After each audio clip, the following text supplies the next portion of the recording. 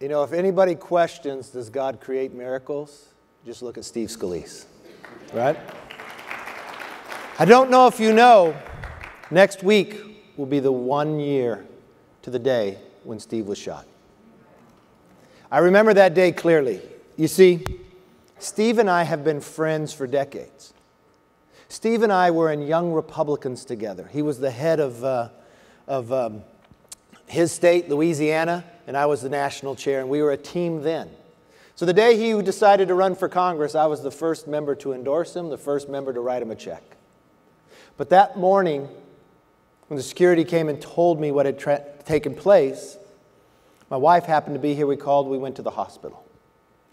The first reports were that, he was just okay. When we got to the hospital and we saw the doctor's face, it was not the case. When Steve told you he had no blood pressure. I don't know if he shared with you 20 pints of blood. Your body doesn't hold that much. We were waiting for Jennifer, who's his wife, a dear friend, to come up. We sat together and we prayed. When Jennifer came in, she looked at the doctor, and the doctor was laying out the severity of where Steve was. She said, "Sir, you don't know my husband. He's tough, he has faith, and he will walk again." He just proved it today, right?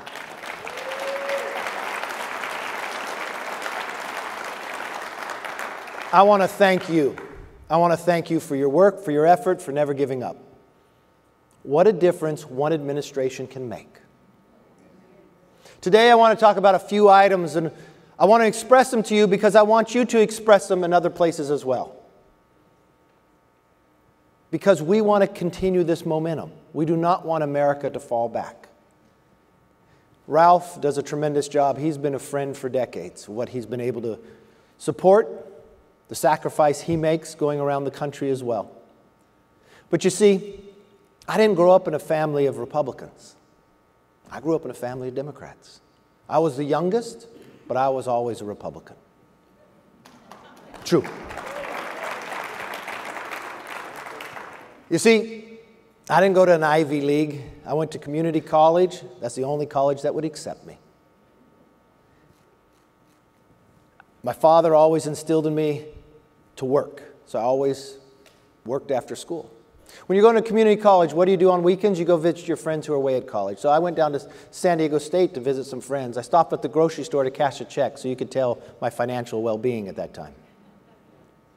The day before the lottery started in California, I didn't support it, but I bought a ticket. You know what happened?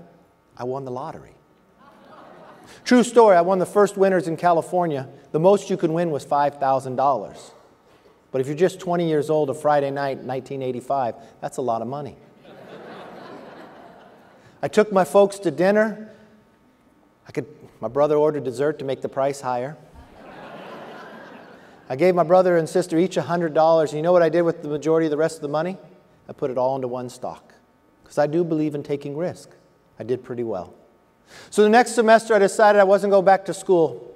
So I went out to buy a franchise, but no one would sell me one. So I started my own business, Kevin O's Deli. I learned 3 lessons if you're a small business owner. First to work, last to leave, last to be paid.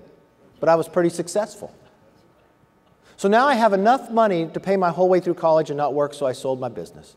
Opened up the paper, looked from the paper said be a summer intern in Washington, D.C. with my local congressman. Didn't know him, but thought he'd be lucky to have me. I applied, and he turned me down. But you want to know the end of the story? I now sit in the seat I could not get an internship for. Only in America.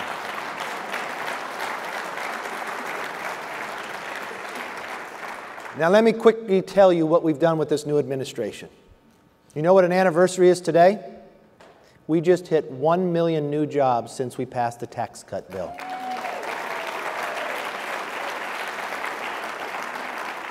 You want to know another thing that CNN won't tell you? In the last 49 years in America, we have only been under 4% unemployment for 7 months. 7 months out of 49 years. But you know, the last 2 months, April and May, are 2 of those 7 years.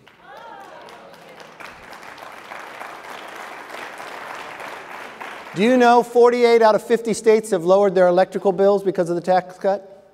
And one company make sure his 1.2 million employees have a longer maternity leave.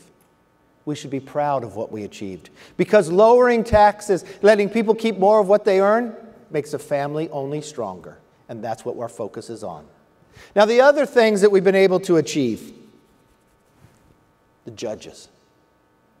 I was sad when I saw Scalia pass away. But what about Gorsuch? Right? If you wonder if it's made a difference, why don't you ask Jack Phillips, the Christian baker who was just vindicated by the Supreme Court earlier this week. I thought the Supreme Court spoke loud and clear, and it wasn't a 5-4 decision.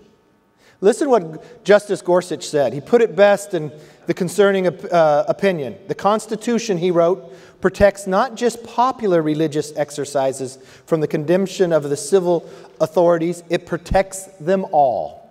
That's from the Supreme Court. So when I look back, that was a smart move.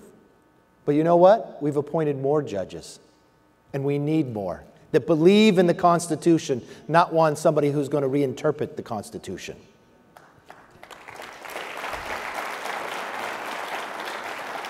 Now, Steve and I and the entire Congress work very closely together. But you know what I'm really proud of? This is the most pro-life Congress we have ever had. And with this Trump administration, it's only gotten stronger. As Majority Leader, I believe in the mission of ensuring pro-life legislation gets to the floor. Already, we have passed a 20-week abortion ban and a bill to protect the survivors of abortion. And just last month, the Department of Health and Human Services announced a proposal to strip the Title X funding from groups like Planned Parenthood if they don't sever the abortion facilities from their family planning facilities. That is a change. Did you know what HHS also did? I was there that day. They opened an office of civil rights to go after, and also religious freedoms. And now they're investigating what California has done in going against the Weldon Amendment to make sure taxpayer dollars are not spent and mandated. But you know what I'm most concerned about, what I see recently? The censorship of conservative thought. I don't know if you watched what happened recently. You know, if you Googled California Republican Party, you know what they said? That we were Nazism. Not the party of Reagan, not the party of Lincoln, but our ideology was Nazism. I did not sit back. We need to stop the bias. And just a week before, I'm talking to Donald Trump Jr. If you had searched his name on Instagram, it gave you a warning that it was harmful and could even cause death, this site you were searching. And just look what Amazon has done. If you're an Amazon shopper, you could go on your own and you could pick, I think is it Amazon Smart, where you hit and you give they'll give charity money. They have all these charities listed up. Alliance for Defending Freedom. The individuals that argued and fought for Jack Phillips, they got kicked off to give money to, because Amazon thought they weren't a nonprofit and their views were wrong.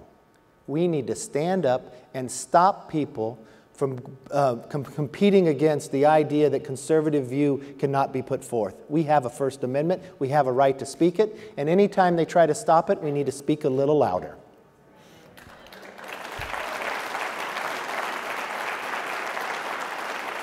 Look, my time is up and there's so much more to talk about. But I want to leave you with this. You know, when certain things happen in your life, and they're very compelling. It's almost like it happens in slow motion at that moment. I've had 5 of those moments. I can tell you the day I met my wife. It was Mrs. Flynn's biology class. It was love at first sight, and 12 years later, she felt the same way. The moment our children were born, the moment I accepted Christ, and the moment I became a Republican. They weren't all on the same day, but they were days that defined my life.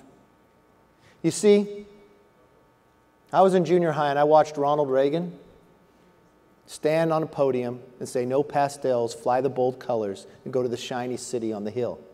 At the same time, the current president, Jimmy Carter, told me to put a sweater on and the best days were behind me. I knew what that meant, that that was America. I knew what came from that light. It was about freedom and liberty. It'd go beyond Maine and California. It could inspire the shipyard workers of Poland to rise up. But I watched during those 8 years of Obama that light got dimmed. But in that last election, we bound together, we climbed that mountain, and we started to recharge that light.